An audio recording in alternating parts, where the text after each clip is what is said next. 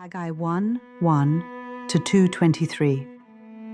Haggai, rebuilding the temple. The people had returned to Jerusalem. The exile was over. They were home. But something was wrong. Their houses had roofs, while God's house lay in ruins, broken stones, scattered timber. The temple where God's glory once dwelt sat empty, forgotten. Then God spoke through his prophet Haggai. "Why do you live in your paneled houses while my house lies in ruins?" The words cut deep. They had been so busy building their own lives, they forgot the one who gave them life. "Consider your ways," God said. "You plant much but harvest little. You eat but never have enough. You drink but stay thirsty. You earn wages only to put them in a bag with holes." Do you know that feeling? Working so hard but never getting ahead. Striving but never satisfied. God knew why. "Because my house lies in ruins, while each of you is busy with your own house." When we put ourselves first and God last, nothing satisfies. Nothing fills the emptiness. But then something beautiful happened. The people listened. Governor Zerubbabel listened. High priest Joshua listened. All the remnant of the people listened, and they obeyed. They went up to the mountain, they brought wood, they began to build. And God said, "I am pleased." Sometimes obedience is that simple. Stop what you're doing for yourself. Start doing what God asks. Build his kingdom first. But then discouragement came. The older people remembered Solomon's temple. Massive, golden, glorious.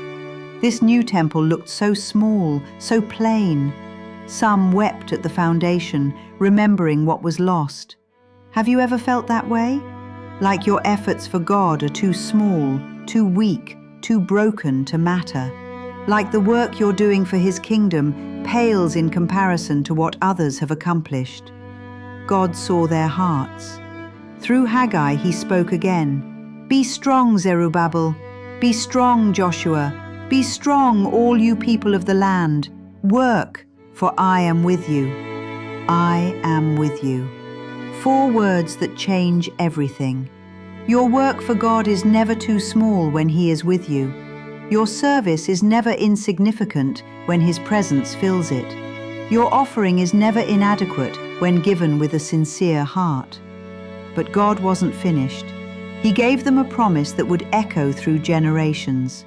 "The glory of this latter house shall be greater than the former." Greater? How could this simple temple be greater than Solomon's golden masterpiece? Because one day, a young man would walk into this temple courts. He would teach here. He would cleanse it. He would call it his Father's house.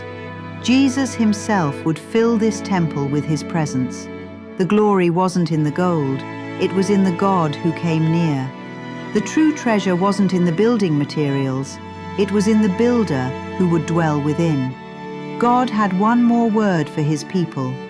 "From this day, I will bless you. From the day you put me first, I will bless you.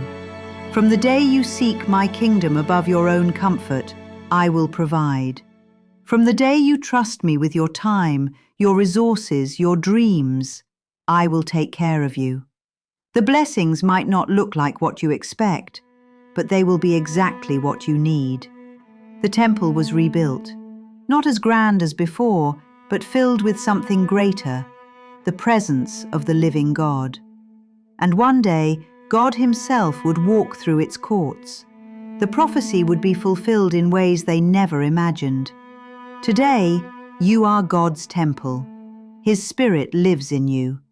Are you giving him your best, or are you too busy building your own kingdom? Is his house in your heart in ruins while you focus on everything else? Are you investing more energy in your comfort than in his calling? God is speaking still.